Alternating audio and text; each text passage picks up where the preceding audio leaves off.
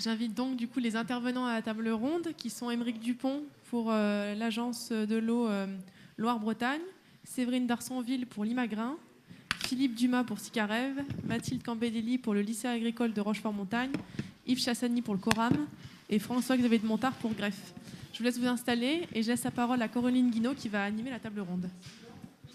Bon, les dernières questions ont été une très bonne introduction à cette table ronde puisqu'on va parler filière lors de cette dernière séquence qui va durer à peu près 1 heure. On va dézoomer de l'exploitation agricole et s'intéresser à d'autres échelles du territoire et d'autres maillons des filières pour examiner comment, de l'amont à l'aval, les acteurs du territoire se mobilisent et agissent déjà pour accompagner l'adaptation au changement climatique. Ce qu'ils font, comment ils interagissent et quels sont leurs besoins pour l'avenir. Nous avons 6 intervenants de qualité qui ont été présentés. On va rentrer tout de suite dans le vif du sujet parce que 6 intervenants en 1 heure avec autant de choses à dire, ça va passer vite. Et on va démarrer par le tout début des filières, c'est-à-dire les semences animales et végétales et l'enjeu génétique. Donc on va démarrer avec Séverine. Séverine Darsonville, vous êtes agricultrice et administratrice à l'Imagrin et présidente également de Végépolis Vallée. Est-ce que vous pouvez nous présenter rapidement vos 2 structures et nous dire comment se fait déjà l'adaptation en matière de recherche semencière? Vous avez un micro devant vous. Alors, je vais aller très très vite et je vais être surtout pas exhaustive. Donc, moi je suis agricultrice pas très loin d'ici, à côté de Billon. Je ne sais pas s'il y en a qui connaissent, sur une petite exploitation. Je suis administratrice de l'Imagrin, coopérative et groupe depuis 2012. Je ne sais pas si c'est très utile de présenter l'Imagrin, mais l'Imagrin, tout le monde connaît le groupe semencier, et on a du mal souvent à penser l'Imagrin sous le cadre d'une petite coopérative, donc qui recense à peu près 1200 adhérents et qui représente 1% par exemple de la collecte de blé française. Donc voilà, gros groupe mais petite coopérative. Et après, Végépolis Vallée, c'est un pôle de compétitivité basé sur le végétal, donc de la recherche aux usages sur tous les végétaux, hormis peut-être la forêt, parce qu'il y a un pôle de compétitivité qui est déjà très axé là-dessus. Et donc un pôle de compétitivité, il a pour vocation d'animer une communauté, je dirais, la communauté du végétal pour ce qui nous concerne, et de faire émerger des innovations. Donc effectivement, dans le changement climatique, c'est un sujet qui nous occupe beaucoup pour faire émerger des innovations, ça c'est certain. Et sur la deuxième partie de votre question concernant les semences et l'adaptation génétique quelque part, donc j'aurais peut-être 2 réponses là aussi. Une réponse peut-être l'Imagrin avec notre système pour le maïs, un système Hydranéo qu'on a mis au point depuis quelques années, qui consiste à faire un screening des variétés que l'on possède déjà, les mettre en situation en fait, de stress hydrique dans différentes plateformes d'essai, que ce soit en France ou pas d'ailleurs, parce que quand on veut simuler un peu les choses, parfois il est bon d'aller vers des climats un petit peu plus continentaux, style la Hongrie ou le nord de la Roumanie. Donc on teste nos variétés dans ces conditions-là et on observe celles qui se comportent le mieux. Et puis on se sert aussi de ces pressions de sélection pour sortir les variétés de demain. Donc voilà pour ce qui concerne l'Imagrin. Après, je dirais que d'un point de vue plus général, et là je vais prendre ma casquette pôle de compétitivité, moi je citerai la plateforme qui est pas très loin, qui est à Crouel, la plateforme Phéno 3C, qui est à l'INRAE, et qui a pour vocation, en conditions grande culture, de simuler des stress climatiques, des augmentations de CO2, etc. Donc vraiment simuler le climat de demain et de voir là aussi les génotypes qui s'en sortent le mieux et d'essayer du coup après de remonter jusqu'à vraiment la structuration génétique et de voir s'il y a des QTL qui sont, des groupes de gènes qui sont responsables de cette tolérance, je dirais, au stress hydrique ou de cette résilience de telle ou telle variété. Ok, merci. On va se tourner vers la sélection animale avec Yves. Donc Yves Chassani, vous êtes éleveur d'Aubrac, vous êtes aussi président de l'organisme de sélection de la même race et administrateur du CORAM. Alors l'orientation génétique, elle doit répondre à la fois à l'enjeu elle doit répondre aux attentes du marché et à l'adaptation au changement climatique. Aujourd'hui, comment vous intégrez ces deux enjeux importants dans vos schémas de sélection ? Bien, bonjour à tous. Effectivement, j'assure la vice-présidence du CORAM aux côtés de notre président national qui est Florent Campello. Il est président de l'OS Vosgienne. Le CORAM a été créé en 2007 à partir d'une évidence, c'était celle de la nécessité des races locales de massifs de se fédérer entre elles de façon à... On partait des mêmes problématiques et en quelque part on voulait monter un réseau de façon à mieux se faire entendre, mieux se coordonner, puisqu'on a tous de faibles moyens.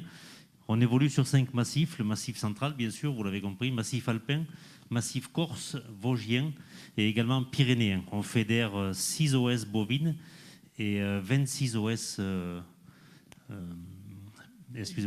en brebis, en ovin. Pour l'instant, on a quelques échanges avec les OS caprins ou aussi avec les éleveurs de porcs sur ces zones-là, mais on n'est pas passé à cette action-là. Alors, on a pour particularité d'être sur des systèmes toute herbe, avec en général, on va dire dans la majorité des cas, pour ne pas dire dans 99% des cas, la pratique de la transhumance. Donc, race locale, on peut faire un raccourci très rapide avec race rustique.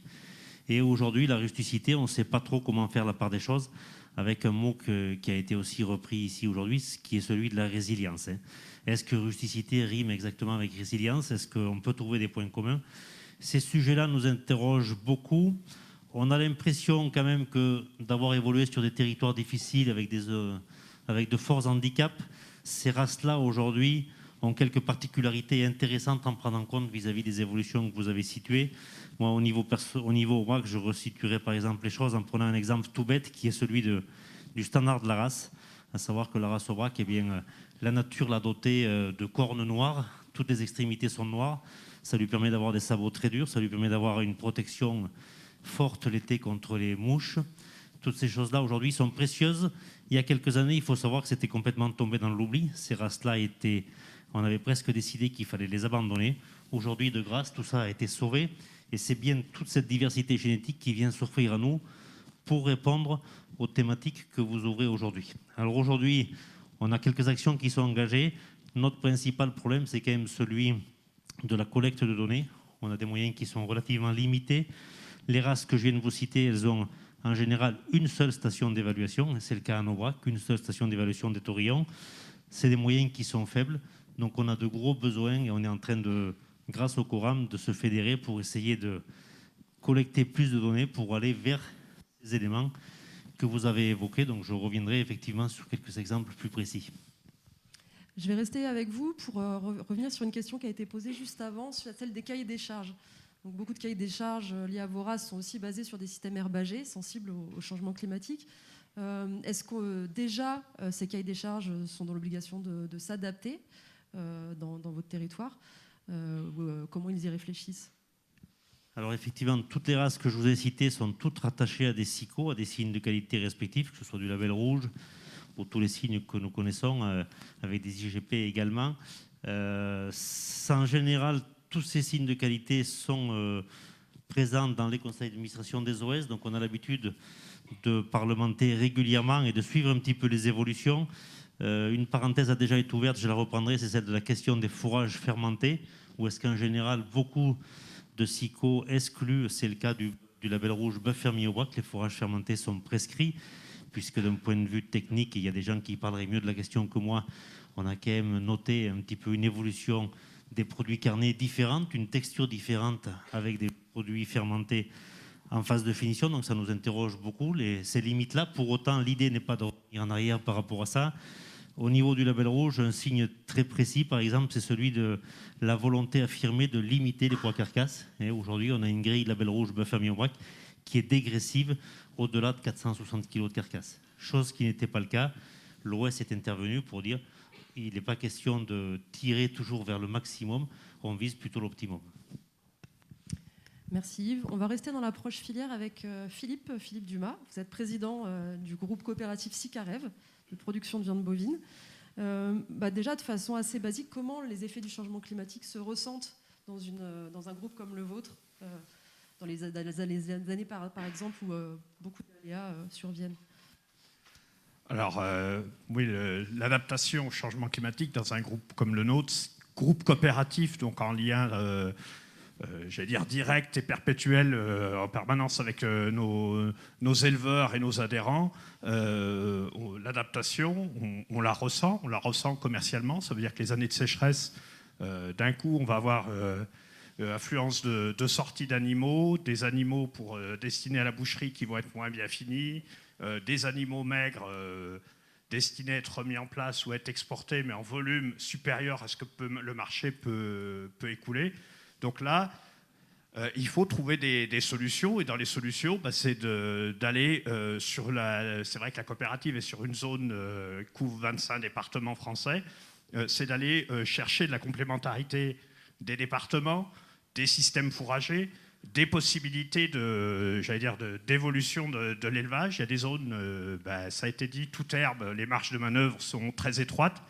On va se trouver dans des systèmes où il y a une production végétale plus importante, et voire des sous-produits, de la betterave, des céréales. Là, comment on peut accompagner?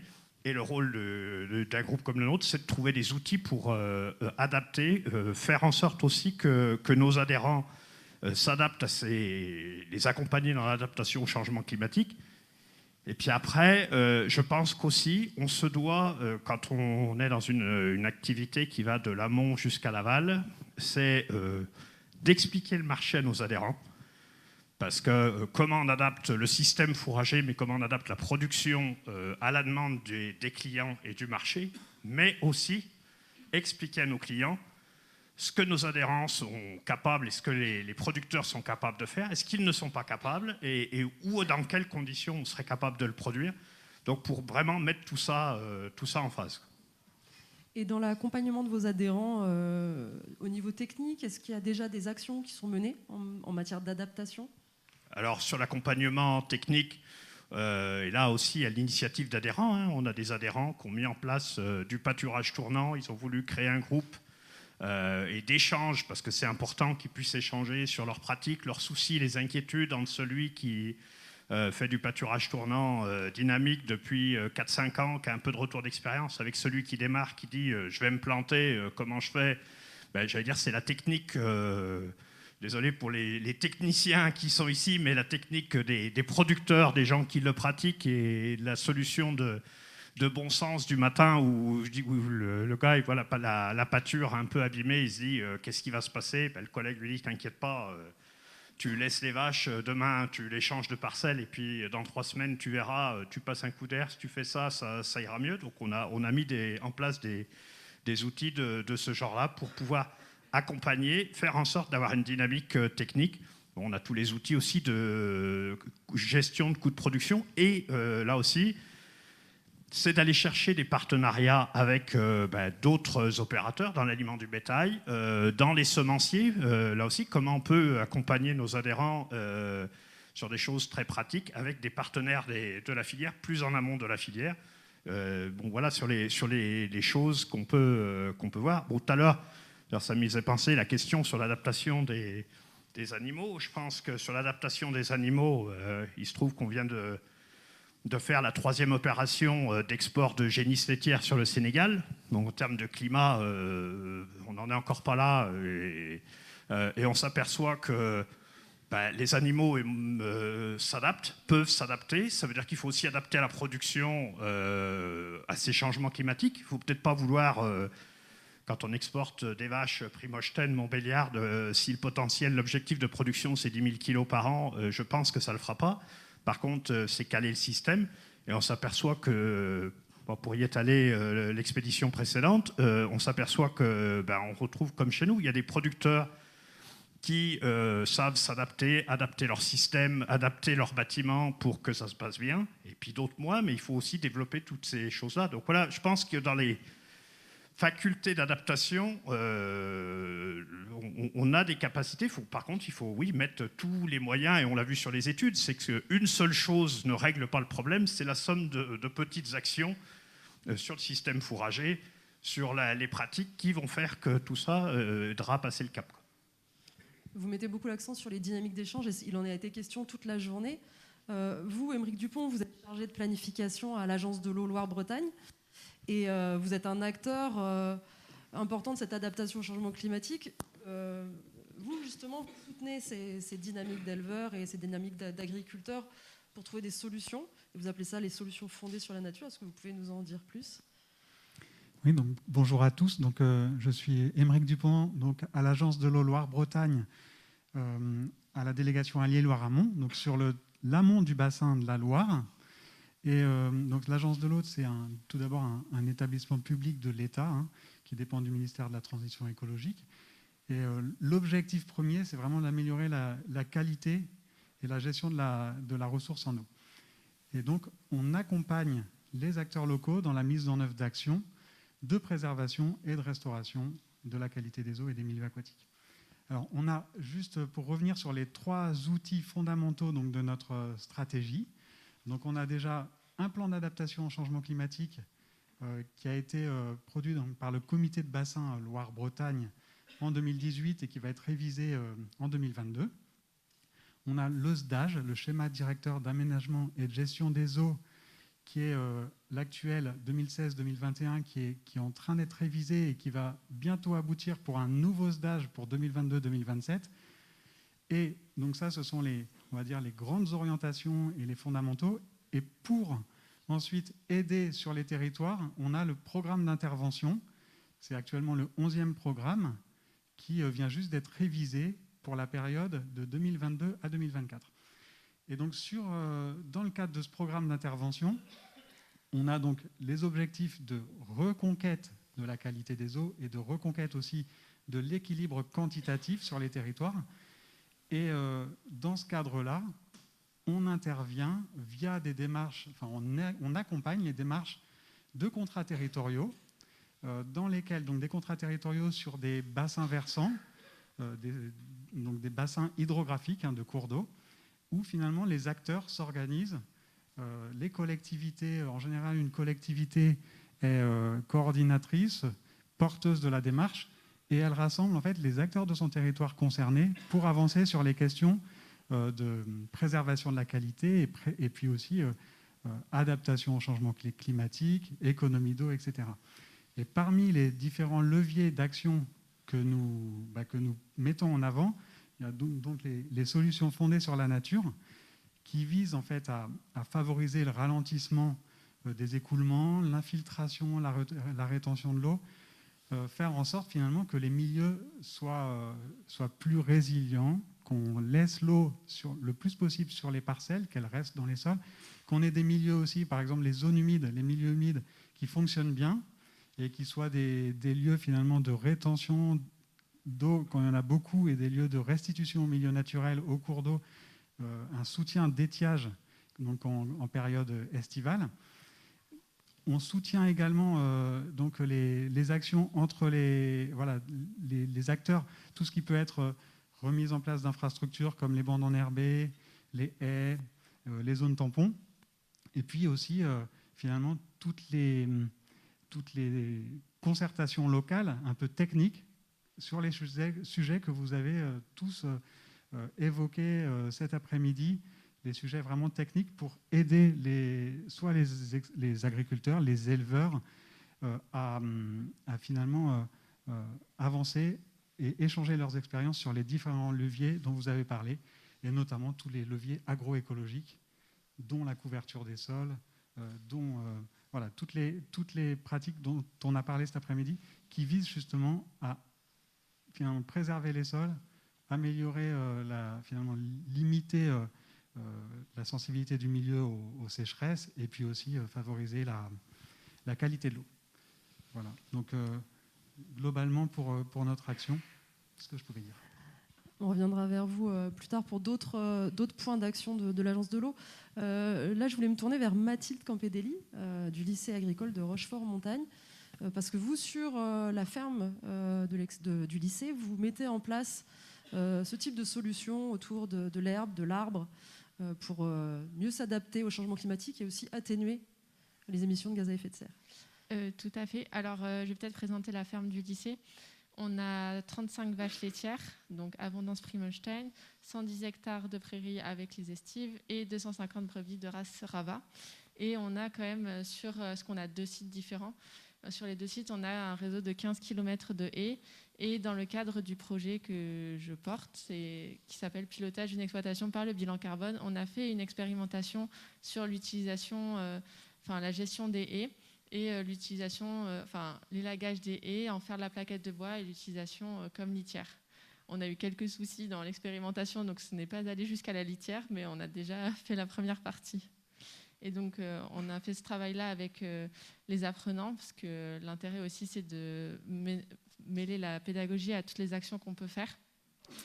Et du coup, pourquoi travailler sur la haie? Parce qu'il y a de nombreux avantages agroécologiques, je ne vais pas vous les citer tous, mais voilà. Et aussi parce que derrière, pour travailler sur le bilan carbone, l'intérêt, c'était de l'utiliser cette haie comme plaquette de bois et du coup de réduire aussi l'achat de paille qui peut être un facteur important dans nos exploitations parce que dans nos 110 hectares, nous n'avons que de l'herbe. Voilà.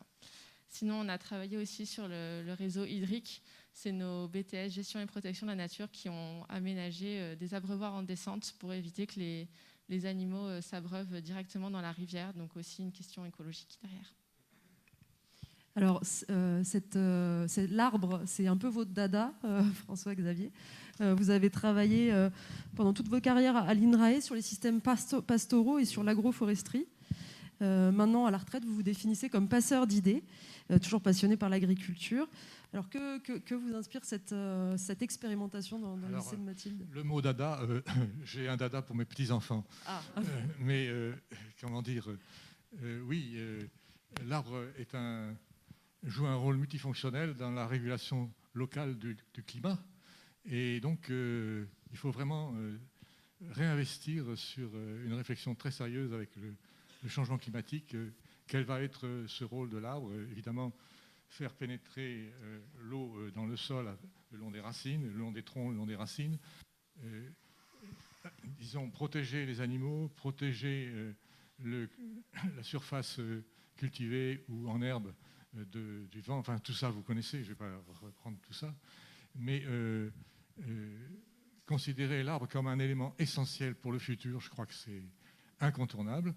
Et c'est particulièrement incontournable par rapport à la réserve en eau, à la reconstitution des nappes, à la continuité des sources, au maintien d'étiages convenables. C'est vraiment, c'est pas simplement une question purement économique et disons pour l'eau potable. L'eau potable, on a eu des gros ennuis en Creuse récemment, mais c'est aussi une question fondamentale de vivre avec le milieu, d'être dans un milieu rural qui est vivable. L'eau qui jaillit partout, c'est extrêmement vivable. Et quand ça ne jaillit plus, on est triste. Et je pense que cette nécessité, on peut rencontrer cette nécessité à travers les arbres. Mais ces arbres nécessitent un financement. Ce n'est pas les agriculteurs qui vont remettre sur pied le maillage qu'on a détruit et qu'on continue à détruire. On détruit 3 fois plus de haies qu'on en crée en ce moment. Donc il y a une certaine absurdité de la politique nationale parce qu'on est sur des vieilles habitudes. Il faut en même temps revoir tous les systèmes de drainage et par rapport au rôle des arbres. Donc, vous ne pouvez pas gérer l'eau toute seule. Les arbres sont un atout considérable pour aider à ce ralentissement dont on a parlé. Il faut évidemment revoir tous les fossés et canaux de circulation accélérés vers la rivière. C'est insensé, c'est pas du tout géré. Tout descend à la rivière dès qu'il y a une pluie. Ça ne va pas. Donc il y a beaucoup de choses à faire avec l'agence de l'eau et avec les agriculteurs. Les agriculteurs ont un rôle essentiel et il faut qu'ils bénéficient de financement pour refaire un paysage qui leur convient. Et ce n'est pas eux qui vont trouver le financement.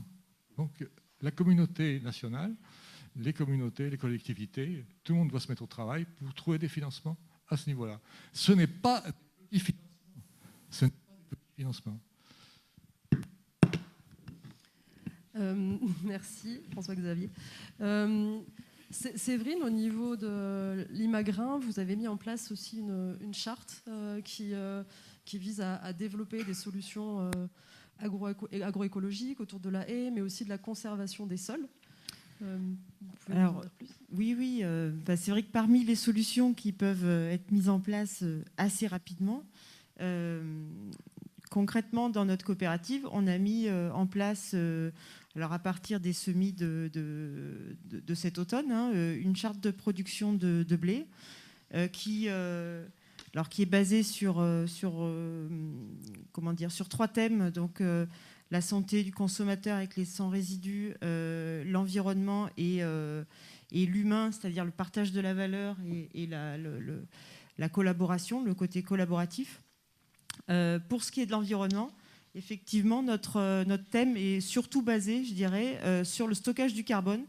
Donc, on a mis au point une méthode de calcul facile et accessible pour les adhérents, où ils peuvent rentrer quelque part leurs pratiques et puis le bilan humique qu'il en tire derrière, et du coup, voir les leviers qui sont possibles pour eux pour corriger ce bilan s'il ne leur convient pas, etc.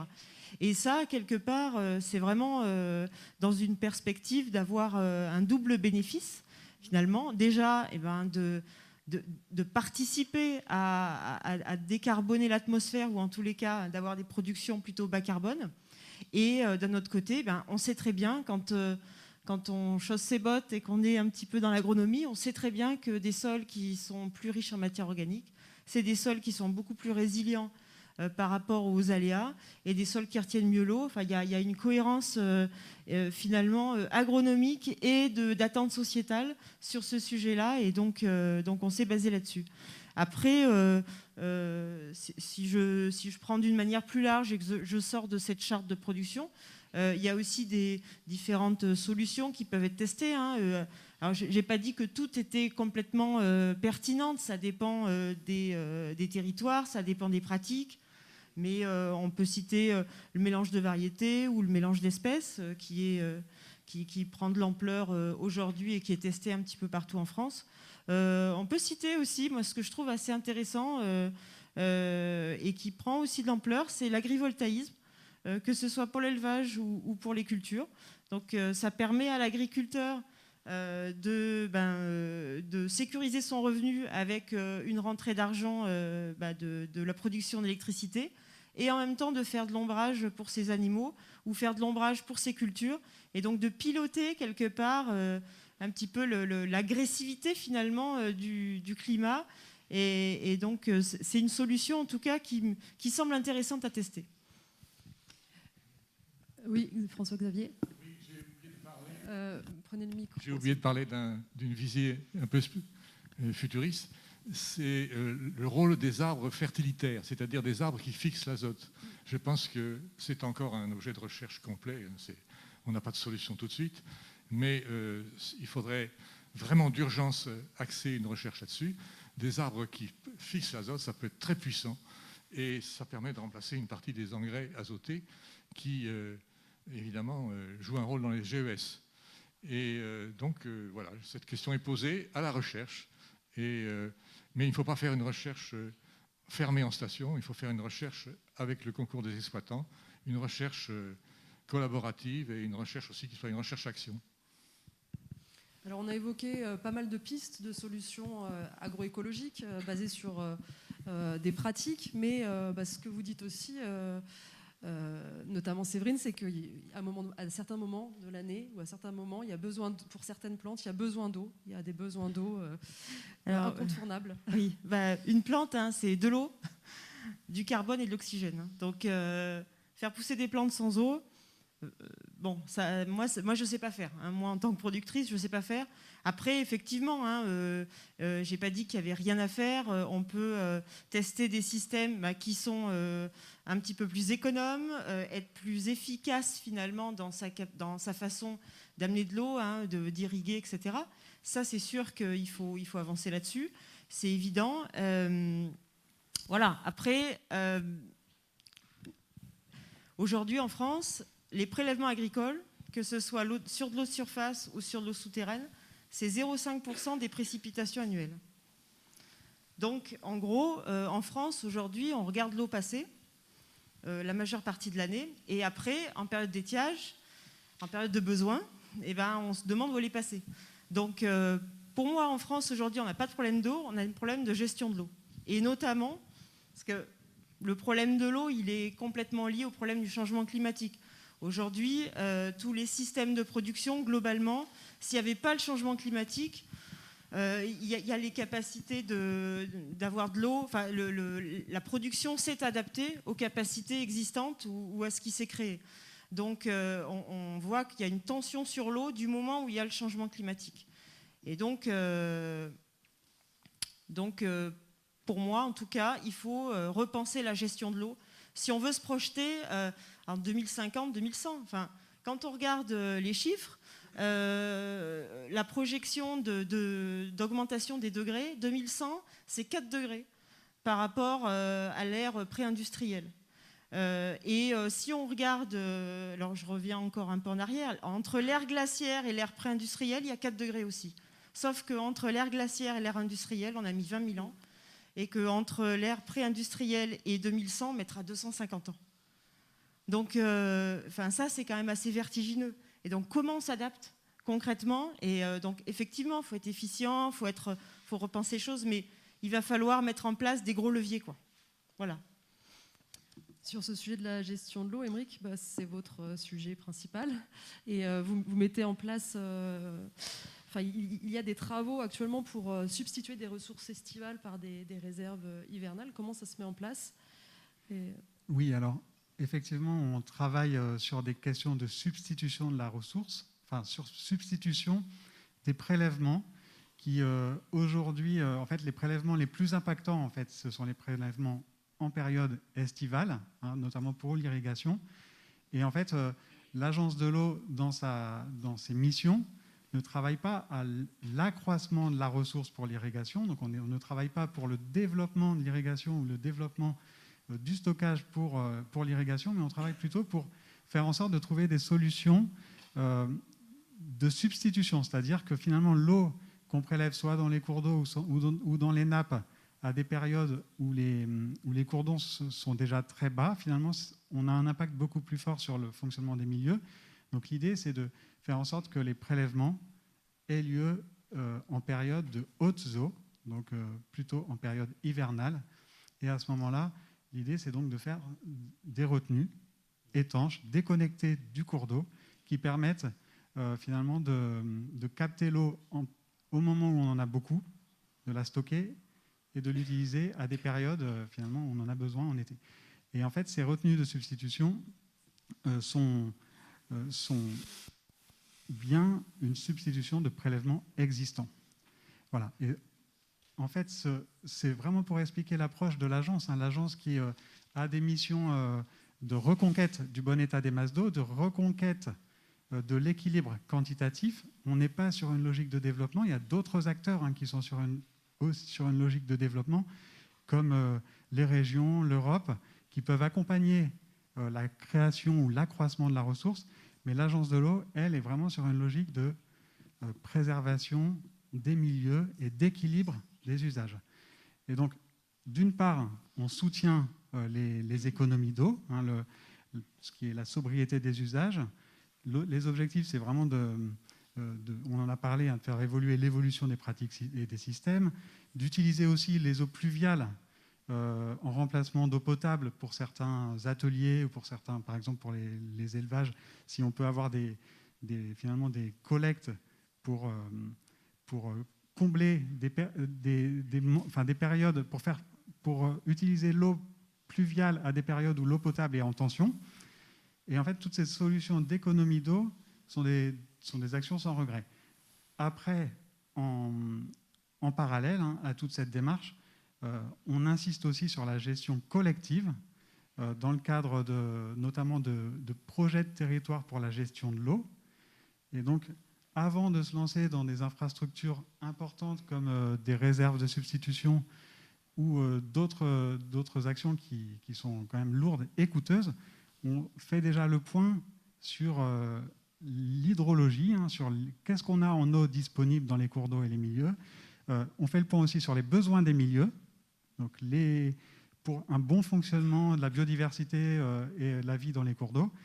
On fait le point aussi sur tous les usages, et tout cela dans une projection climatique à échéance 2050. En fait, on essaye vraiment de faire un point pour ensuite voir ce qui est possible de prélever dans les milieux, mais c'est aussi ce qui est possible aussi en termes de partage des usages.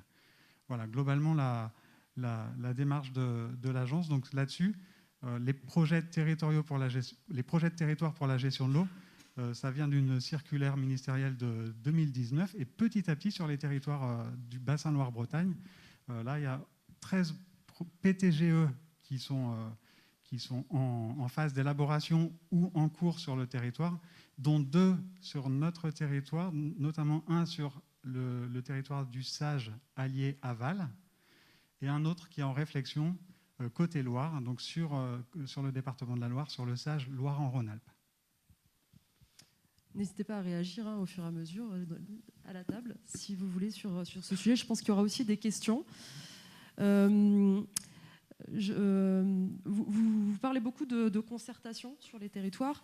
Alors la concertation, c'est une thématique que vous avez tous, c'est un axe que vous avez tous soulevé pour s'adapter au niveau des territoires et au niveau des filières.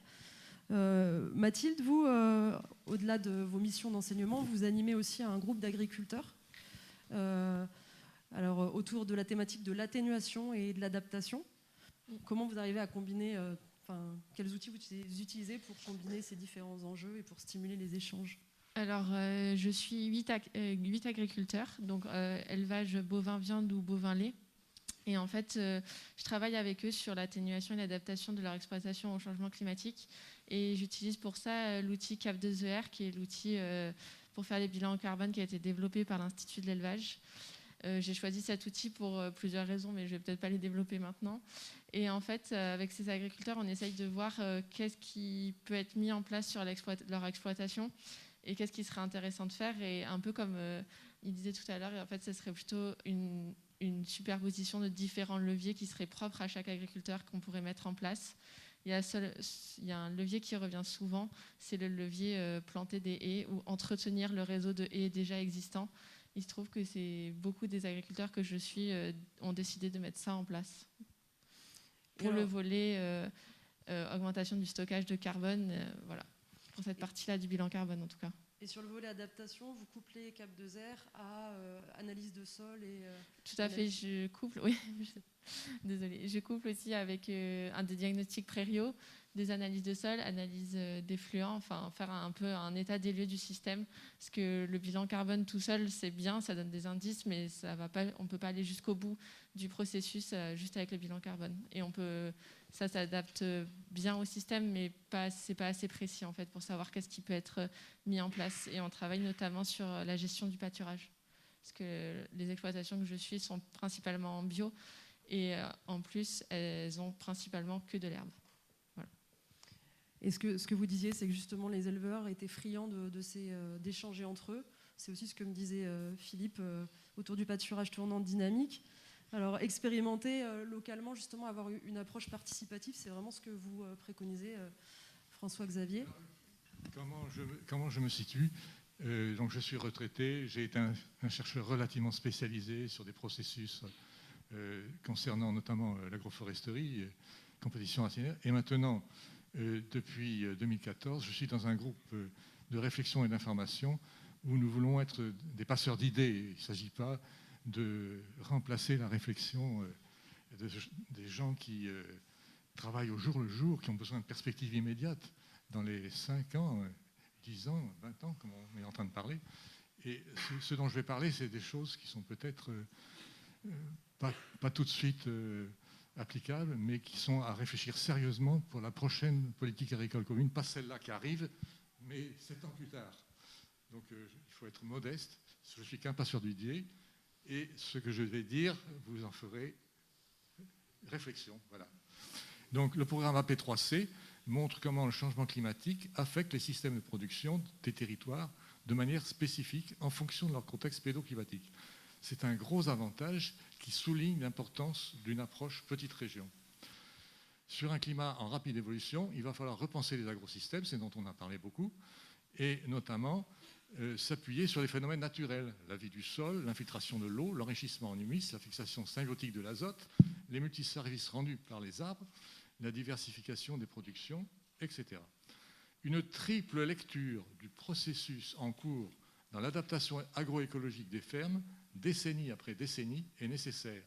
La lecture des agriculteurs, la lecture faite par leurs animateurs formés à la dynamique de groupe et à l'agroécologie, la lecture des chercheurs en recherche collaborative et en recherche-action. Pour bénéficier pleinement de l'intelligence collective des agriculteurs d'une petite région naturelle, il serait nécessaire de généraliser la constitution de groupes à taille humaine. Vous avez connu ou entendu parler des CETA, bien sûr, il en existe encore d'ailleurs, des CUMA, bien entendu, très riches. Il serait nécessaire d'étoffer considérablement le nombre d'animateurs. Vous avez vu la taille des problèmes, c'est énorme. Il faut suivre les choses de près. Ce n'est pas possible de rester à l'échelle où on est aujourd'hui. Ce n'est pas suffisant. Le problème est trop énorme. Il faudrait aussi créer un centre d'ingénierie agroécologique pour la conception d'expérimentation de nouveaux systèmes de production ou de combinaison de systèmes ou de transformation des systèmes existants dans les fermes. Donc, une liaison très proche des fermes avec un centre d'ingénierie agroécologique. De tels centres ont la vocation, évidemment, de développer des liens avec la recherche agronomique et l'université. Bon, tout cela n'est pas indifférent à ce qui existe déjà, bien entendu. Ce n'est pas du tout une rupture que je suis en train de dire, c'est une extension et un approfondissement. Ce qui s'annonce avec plus de degrés de température, au moins sur le siècle, est déjà très sévère sur les 30 ans à venir. En nous éveillant à la problématique de l'adaptation, de l'atténuation et de la résilience à l'échelle de la petite région naturelle, AP3C aura rempli un rôle irremplaçable. Alors vous en appelez à une dynamisation des échanges techniques au niveau du territoire, au niveau des filières. Yves, Philippe et aussi Séverine, ces échanges existent déjà de l'amont jusqu'à l'aval? Est-ce qu'ils sont suffisants? Non, je pense qu'ils ne sont pas suffisants. Ils sont à l'échelle de nos petits moyens. Je crois qu'aujourd'hui, je vous l'ai dit tout à l'heure, ce qui nous interroge beaucoup, c'est d'avoir suffisamment de collecte de données, d'arriver à récupérer les caractéristiques des animaux pour mettre en avant les mieux adaptés à ces changements. Et on le voit aujourd'hui, il y a des animaux qui sont plus résilients que d'autres. La grande caractéristique aujourd'hui des rustiques qui sont réunis au niveau du CORAM, elle est d'abord un petit peu sur leur phénotype. C'est des animaux qui en général sont très compacts, très près du sol, avec en général des formats raisonnables et des grosses capacités d'ingestion. Donc ça, c'est aujourd'hui, on va dire que ce n'est pas acquis, mais ça fait partie de nos particularités. L'Aubrac se démontre particulièrement bien en la matière. C'est une base qui nous intéresse, mais qui n'est pas suffisante pour être rassuré demain. Aujourd'hui, on doit trouver des collaborations, parce qu'on est quand même face à un nombre de fermes expérimentales qui a beaucoup décliné. On avait des troupeaux expérimentaux à pas mal d'endroits aujourd'hui, et sur ce pays, on a fait le choix d'en supprimer beaucoup. C'est un manque qui aujourd'hui est important. Donc ça ne veut pas dire qu'il va falloir les reconstituer en nombre important, mais il va falloir trouver des bases sur lesquelles on va pouvoir mettre en avant ces recherches-là. Donc il faut le mutualiser, le porter intelligemment. Aujourd'hui, je crois que la génétique animale, elle recherche plus une efficacité de carrière que des maximums. On est plutôt sur une notion d'optimum, mais avec des animaux qui soient le plus possible en autonomie, qui soient peu coûteux, mais qui répondent quand même, on n'oublie pas, la vocation économique et la création de richesses sur les territoires. On n'est pas non plus dans un monde de bisounours. Les animaux, ils ne sont pas là pour faire beau. Ils sont d'abord là pour faire vivre des familles et créer des activités économiques sur les territoires ruraux, à condition qu'on soit, je dirais, avec des animaux capables d'être peu coûteux et très adaptés à ces nouvelles conditions. Donc il va falloir imaginer ces programmes-là. Aujourd'hui, il y en a déjà un qui est en place sur la station expérimentale de Pays-Abat, donc à Fédatest, où est-ce qu'on évalue les brebis sur l'intégralité de leur carrière de façon à avoir les plus efficientes. Et l'idée, c'est bel et bien de multiplier en priorité ces animaux-là. Et vous en appelez aussi aux consommateurs pour soutenir justement les démarches. Alors le consommateur, on ne sait pas si on attaque ce sujet ou pas. J'ai envie de dire là, il y a une part de rêve. Hein. Moi, j'aime bien le mot d'André Valadier qui est le consommateur. Mais ça, c'est peut-être dans un autre monde. Enfin, j'y crois fermement. C'est bien de rêver en fin de journée. Philippe ? Oui, alors sur cette dynamique filière et tout le volet carbone, nous, au niveau de la coopérative, c'est savoir qu'on y est venu d'abord à la demande de clients. Donc le consommateur, je ne sais pas si c'est le consommateur directement, mais c'est des gens qui sont en contact directement avec les consommateurs qui nous ont dit il faut faire du Cap 2ER, il faut qu'on mesure le carbone sur les exploitations. La première réaction, c'est toujours, et c'est un peu ça, c'est de se dire le consommateur, il veut tout, il veut rien payer. Donc ça fait partie des sujets, mais on n'a pas le droit non plus de dire on fera rien, on veut rien faire. Et ce qu'on s'est aperçu aussi dans cette démarche-là, et ça a été dit sur le fait qu'il faut aussi récompenser financièrement le travail et les efforts qui sont faits et la contribution de l'agriculture et de l'agriculteur. On a inscrit des éleveurs dans la démarche Carbone Agri et du paiement et de l'effort fait sur la réduction des émissions de carbone ou de gaz à effet de serre plus largement. Et là aussi, quand on fait ça, on s'aperçoit qu'on rentre dans une dynamique aussi, on refait de la technique sur les exploitations. Parce que sur l'angle environnement, on s'aperçoit que les leviers de progrès sur une exploitation pour diminuer son carbone, c'est améliorer la productivité, la gestion des animaux improductifs, comment on fait pour gérer les animaux improductifs, éventuellement des raccourcissements de cycle de production. Ça permet aussi de mesurer ça. Et des fois, à la demande de clients, de dire écoutez, ça on sait faire ou ça on ne sait pas faire parce qu'il y a un vrai coût, il y a des contraintes. Mais on a remis de la technique dans les exploitations avec cette approche. Et en tout cas, on l'a senti dans nos organisations économiques.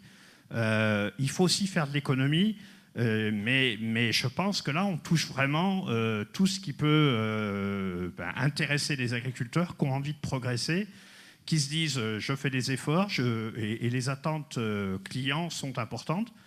Alors après, dans ces attentes consommateurs, je dis souvent, il y a le consommateur et puis il y a le citoyen. C'est le même, mais ce n'est pas les mêmes attentes et ce n'est pas les mêmes effets à la sortie du magasin et quand on analyse le ticket de caisse entre les intentions et la réalité.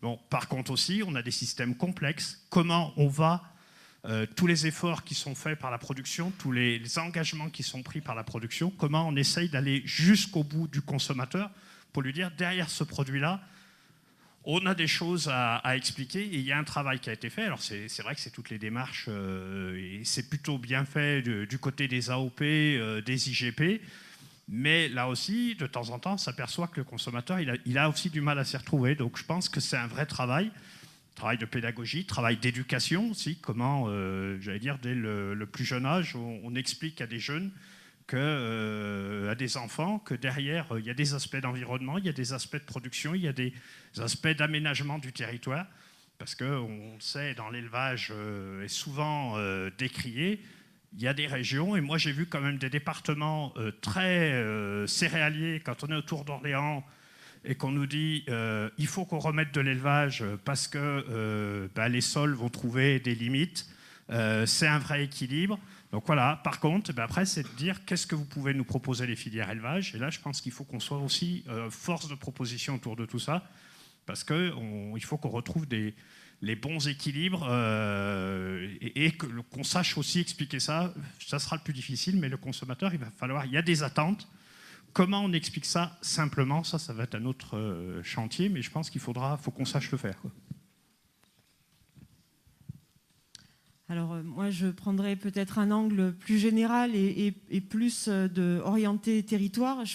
Pour moi, l'adaptation au changement climatique, c'est vraiment un sujet, s'il en est un, c'est vraiment le sujet emblématique quelque part de dépasser les visions silos et les visions stricto sensus filière. C'est vraiment des sujets de territoire et c'est vraiment des sujets où tous les acteurs qui sont intervenants de près ou de loin quelque part dans la production alimentaire, et c'est vraiment sur ces sujets-là qu'il faut qu'ils se mettent autour de la table pour s'organiser, pour trouver des solutions ensemble. parce qu'on n'est pas sur une île tous, quoi, hein. On est sur un même territoire et on partage, je veux dire, les problématiques des uns, c'est les problématiques de demain des autres. Et donc, c'est ensemble qu'il faut trouver les solutions. Au jour d'aujourd'hui, il y a déjà des collaborations qui sont en place, notamment autour des Living Labs. Il y a un Living Lab sur les grandes cultures, il y en a un sur l'herbe aussi. Il y a les mises en place de projets Tetrae avec l'INRAE, dans lequel un des volets adaptation au changement climatique, Végépolis Vallée et l'INRAE du JDEC sont porteurs de projets. Et donc c'est vraiment l'idée de se mettre tous ensemble autour de la table, de partager les solutions existantes, parce que, et quand je dis tous ensemble, c'est aussi avec les agriculteurs, hein, parce que les agriculteurs, c'est les premiers confrontés à la problématique. Donc j'ai envie de dire, c'est presque les premiers à chercher les solutions, hein, parce qu'ils sont un petit peu sous la pression, quoi. Donc des innovations, il y en a plein aujourd'hui dans les fermes. Comment on les fait remonter? Comment on les analyse aussi? Parce que des fois, je veux dire, elles peuvent être pertinentes dans vraiment une situation et pas du tout duplicables, ou au contraire plutôt inspirantes. Donc pour ça, il faut vraiment organiser à l'échelle du territoire le partage de connaissances et l'avancée des connaissances sur ce sujet du changement climatique, et que ce soit sur les filières végétales ou que ce soit sur les filières d'élevage. Alors on a balayé énormément de sujets. Est-ce que vous voulez en creuser quelques-uns par vos questions?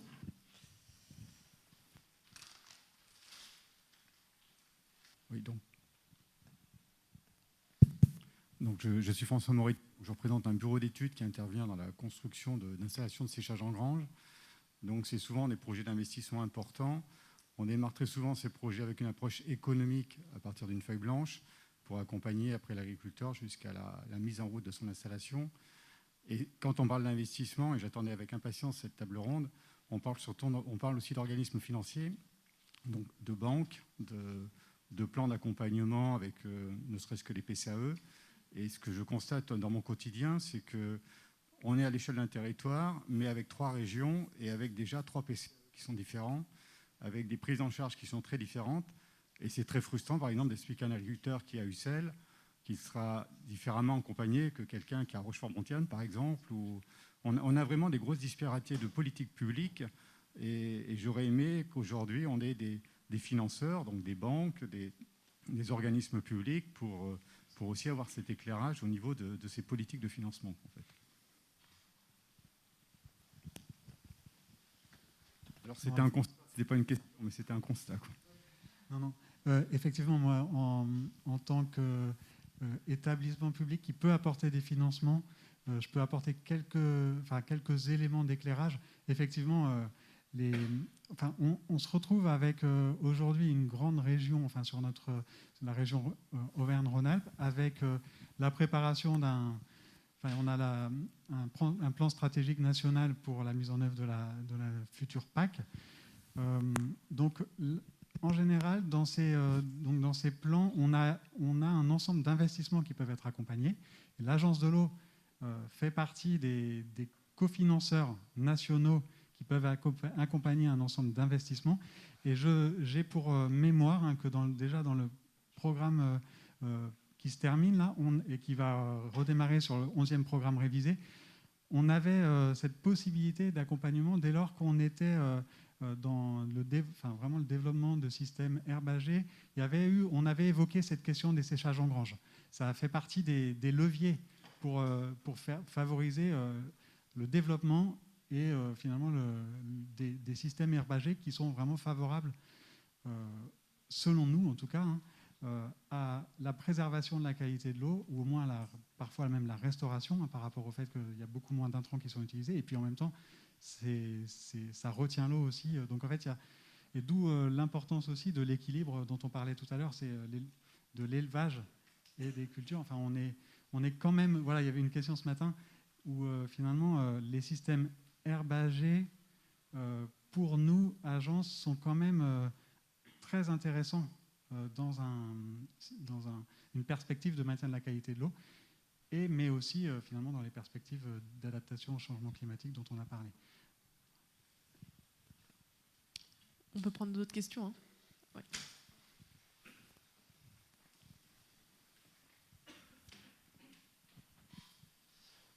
Bonjour, Théo Durand du Cerf France Terre d'Allier. J'avais une question pour Mathilde. C'était à propos de cette initiative autour des haies. Nous savons qu'à Lyon, on a un territoire qui est marqué par les exploitations bovins allaitants, parfois avec du tout à l'herbe ou parfois limité sur la fourniture en paille. On sait qu'il y a beaucoup de haies aussi, que c'est des difficultés d'entretien, des coûts d'entretien. On sait que la haie, elle va se positionner sur apporter pas mal de solutions. Ma question, je voulais voir si vous ne pouviez pas nous expliquer tout le principe, mais au moins là où ça avait coincé dans ce que vous avez essayé de mettre en place comme expérimentation. Et si aussi on a des exploitations qui, demain, peut-être vendront du carbone et la haie peut avoir un rôle important, est-ce que le fait de faire cette expérimentation ne nuit pas au carbone, même si j'imagine qu'il y a une réintégration de la matière organique derrière au stockage du carbone? Oui. Alors, pour la première partie, en fait, ce qu'on a fait, c'est qu'on a élagué 50 mètres linéaires de haies. On les a pas rasables, ça je précisais par rapport à tout à l'heure, on l'a entretenu en fait notre haie. Donc on a remis en tétard à certains endroits, on a élagué les arbres qui gênaient la pousse des autres. En fait, c'est de la gestion de haies. Ça, on l'a transformé en plaquettes de bois. Et en fait, quand on fait de la plaquette de bois, pour le stockage, il faut monter en tas assez haut en fait pour que ça sèche correctement, et en fait on l'a pas monté assez haut le tas et ça a mal séché, donc à l'intérieur ça a pourri et on peut pas l'utiliser comme litière pour les animaux. Ça serait, je pense, on n'a pas voulu prendre le risque avec la directrice d'exploitation, mais si ça serait à refaire, on essaierait de le mettre à l'intérieur, le tas, le monter plus haut, et enfin voilà, il y a d'autres solutions qui existent, voilà. Mais c'est de ces erreurs qu'on apprend. Et au niveau du carbone et des haies, il faut savoir que quand on remet en production une haie, forcément, elle va repousser, donc elle va restocker du carbone. Et quand c'est utilisé comme litière, après, on peut en faire du fumier et après le l'épandre sur les prairies. Il y a des essais qui sont menés par la mission haie d'Auvergne notamment, et je crois qu'il y a l'INRAE aussi qui est dans ce truc, c'est Climagrowth, ça s'appelle. Et là, ils sont en train de remener des essais sur ça. Je ne sais pas si vous voulez compléter sur la haie, vu que c'est votre dada apparemment. Il ne faut pas dire dada, je crois. Oui, il existe une mission haie qui parlera beaucoup mieux que moi de ce problème. Mais je pense qu'il faut vraiment attirer l'attention sur cette mission haie qui est basée à la Maison de la Forêt et du Bois et qui, justement, organise des sessions de formation régulièrement, et vous avez sur Internet des accès possibles à ça. Je peux les retrouver si vous voulez et les donner dans le... Mais je ne vais pas parler à la place de la mission, pas question. Moi, mon rôle, c'est pas sur des idées. J'attire l'attention sur la haie, mais je ne vais pas parler à la place de la mission haie. Oui, c'était juste pour compléter un tout petit peu ce qui a été dit sur l'aspect haie. Effectivement, donc au niveau régional, Auvergne-Rhône-Alpes a été mis en place en fin 2019 de mémoire un pôle régional arbre avec une animation qui est à la fois assurée par la mission haie Auvergne-Rhône-Alpes et à la fois l'URCAUE. Donc l'arbre composante rurale et l'arbre en ville. Et donc il y a un centre de ressources qui s'est mis en place à la fois pour assurer les formations. Et tout ça, c'est en lien avec les chambres d'agriculture, les associations, tous les acteurs qui sont concernés par la thématique. Et ce que je voulais juste indiquer, c'est qu'avec les agences, on réfléchit actuellement à renforcer encore le conseil technique au sein des démarches de contrats territoriaux sur les bassins versants, sur ces sujets-là, sur l'arbre, la haie, et justement faire en sorte que les expériences puissent être partagées avec les acteurs agricoles, les collectivités et tous les autres acteurs intéressés. On va peut-être prendre une dernière question parce qu'on arrive à la fin de la journée, mais n'hésitez pas à revenir à la fin du colloque pour poser vos questions auprès des intervenants. Du coup, Stéphane. Au début, on a évoqué le cahier des charges. Alors, si je me rappelle bien, quand j'étais à l'école, l'INAO et le cahier des charges des appellations, c'est des usages locaux, loyaux et constants. Quid de constant en période de changement climatique? Alors effectivement, là, il y aura certainement des adaptations à imaginer.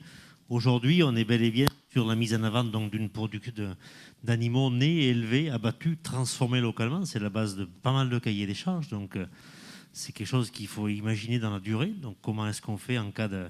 Alors aujourd'hui, il y a un régime dérogatoire qui là aussi est géré au cas par cas, notamment en cas de sécheresse, qui a permis un tampon. Mais je pense que chaque ODG concerné va être obligé de revenir assez rapidement sur cette notion-là pour imaginer, je dirais, les évolutions à venir, quoi. C'est pas une réponse, c'est un constat partagé. Plus de questions de la salle.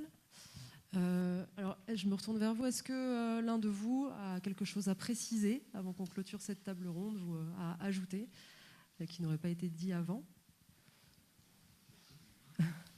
François-Xavier. Sans lire. Hein.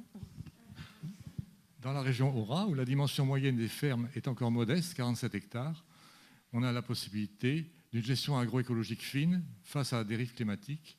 Cela aurait de grands avantages. Il y aurait grands avantages à favoriser le financement de la formation et de l'installation de nouveaux et jeunes agriculteurs pour pratiquer l'agroécologie, au lieu de financer l'agrandissement. Donc il y a une orientation PAC qui pèse très lourd. Une région où la moyenne d'exploitation est de 47 hectares, quel est l'avantage de financer à la hauteur que l'on connaît jusqu'à des surfaces très importantes dans d'autres régions? Par ailleurs, il y a peut-être un équilibre à trouver entre les circuits courts avec production de qualité marquée régionalement pour assurer un meilleur revenu aux agriculteurs, en complément des filières larges qui agissent au niveau national ou international. Voilà. Philippe ? Moi, juste en une phrase, c'est de dire qu'avec mon regard de président de coopérative, les coopératives et la coopérative, elle est créée par des agriculteurs pour les agriculteurs. Et l'adaptation au changement climatique, ça fait partie des adaptations qu'on doit faire tout au long de la filière. D'ailleurs, c'est des adaptations au changement climatique, mais pas que, parce que les attentes sociétales sont nombreuses et variées. Donc, le rôle, c'est d'être présent, et je l'ai dit tout à l'heure, être à l'écoute des adhérents, expliquer à nos adhérents, aux coopérateurs, qu'est-ce que veut le marché, comment on adapte nos exploitations à ces attentes du marché, parce que c'est là qu'on doit aller chercher de la valorisation. Mais aussi, quand on est d'un bout à l'autre de la filière, la chance, c'est de pouvoir dire à un client, votre demande, elle n'est pas réaliste, elle n'est pas construite, elle n'est pas économiquement viable. Et quand on a 7000 adhérents, je veux bien que, et des fois j'ai eu l'occasion de le dire à des clients, je veux bien qu'on ait les 7000 plus mauvais agriculteurs, éleveurs de France, mais je ne crois pas. Et quand on vous dit qu'on ne peut pas faire, allez voir ailleurs, vous verrez bien que vous aurez la même réponse ou vous bloquerez au bout d'un certain temps. Donc voilà, je pense qu'on est là pour ça et notre rôle, c'est vraiment d'expliquer ça et au service des adhérents et la structure au service de nos adhérents coopérateurs. Oui, je ne sais pas si vous nous tendez la main pour conclure ou pour compléter. Comme vous voulez. Un petit peu les deux. Je crois que l'analyse qu'on a partagée tous, c'est bien et bien qu'on est sur du multifactoriel. Hein. C'est tous ensemble qu'on arrivera à créer ce cercle vertueux. Moi, en tant qu'éleveur, et je porte souvent ce message parce qu'on est là pour représenter nos collègues éleveurs, et on porte souvent ce message auprès des pouvoirs publics. Donc, en quelque part, rien de tout cela ne sera possible si eux aussi, à leur niveau, ne prennent pas les bonnes résolutions, à savoir celui de l'orientation de la consommation. Donc ça commence à venir. Les régions, les départements ont fait des choix qui sont forts pour les cantines, pour tout ce qui est collectif. Nous, est-ce qu'on est régulièrement exposé, les éleveurs? C'est sur les échanges internationaux. Dans cette politique de libre-échange, combien de temps est-ce qu'on va continuer à troquer des automobiles et des avions contre de la viande d'Amérique du Sud ou d'autres pays? Je dirais, tant qu'on n'aura pas réglé des questions cruciales comme celle-là, nos mots, nos échanges seront vains et derrière, on n'aura pas les effets escomptés. Donc, si chacun y met du sien, on y croit encore. En tout cas, les éleveurs, on prendra nos responsabilités. Merci. Séverine ? Oui, alors peut-être le moment de réinsister sur déjà, premier point, c'est ensemble qu'on trouvera les solutions. Et je pense qu'il faut quelque part réinventer la façon dont on fait partager les innovations, la façon dont on les fait naître sur les territoires pour trouver le plus rapidement possible les solutions pragmatiques pour l'agriculteur, parce qu'effectivement, le but de tout ça, ça va bien être de donner des solutions d'adaptation pour les agriculteurs sur les territoires, pour demain avoir des territoires encore vivants et attractifs pour qu'il y ait des jeunes qui aient envie de s'installer. C'est clair que c'est ce qui nous anime tous, d'avoir des territoires vivants avec des actifs sur les territoires. Et après, je dirais que pour faire ça, il faut produire. Moi, je ne sais pas gagner ma vie si je produis pas. Après, effectivement, des fois, je produis. Moi, sur ma ferme, j'ai des plantes médicinales, par exemple, en culture bio. Bon, ben voilà, mais il faut que je produise quand même. Donc, pour produire des plantes, en tout cas, il faut de l'eau. Ça c'est clair. Peut-être pour produire des animaux aussi, il faut de l'eau. Je pense que voilà, les êtres vivants, quels qu'ils soient, ils sont constitués d'eau en grande partie. Et puis je dirais que nos filières, elles ont besoin qu'on produise aussi. Et constituer des filières dans lesquelles la production, elle est très aléatoire, elle est devenue très aléatoire, c'est très compliqué à gérer. Donc la résilience, elle est attendue sur les fermes, elle est attendue dans les filières aussi. Et puis je dirais aussi que l'agriculteur, il ne faut pas qu'il brade son métier.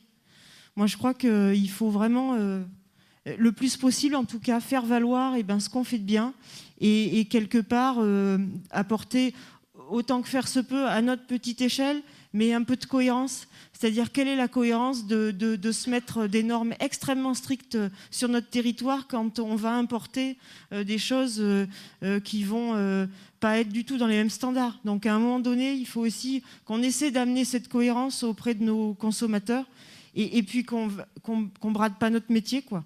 Qu'on valorise vraiment à sa juste valeur ce qu'on fait. Voilà. Et juste un tout petit mot pour ma part, je pense qu'il est urgent d'agir, effectivement, mais on a vu aujourd'hui qu'un certain nombre de leviers et de solutions sont déjà prêts ou sont déjà en expérimentation au niveau des exploitations. Parce qu'il y a tout plein de solutions sans regret qui peuvent être mises en œuvre dès aujourd'hui. Par contre, il y a d'autres solutions sur lesquelles il faut qu'on travaille avec application, sans précipitation, en discutant ensemble. Effectivement, c'est la concertation dont on a parlé, entre tous les acteurs concernés et qu'on prenne le temps de bien comprendre les attentes de chacun et de voir dans quelle mesure on peut assurer une conciliation finalement de tous nos enjeux en respectant, alors ça c'est pour veiller à cela au niveau de l'agence Loire-Bretagne, en respectant finalement les milieux aquatiques, la qualité des eaux et notre cadre de vie environnemental en général. Merci. Il me reste à vous remercier tous pour toutes vos réflexions, vos apports qui, à coup sûr, vont alimenter, même abreuver les travaux d'AP3C pour la 4e phase. Donc, merci beaucoup. Je propose d'applaudir nos intervenants.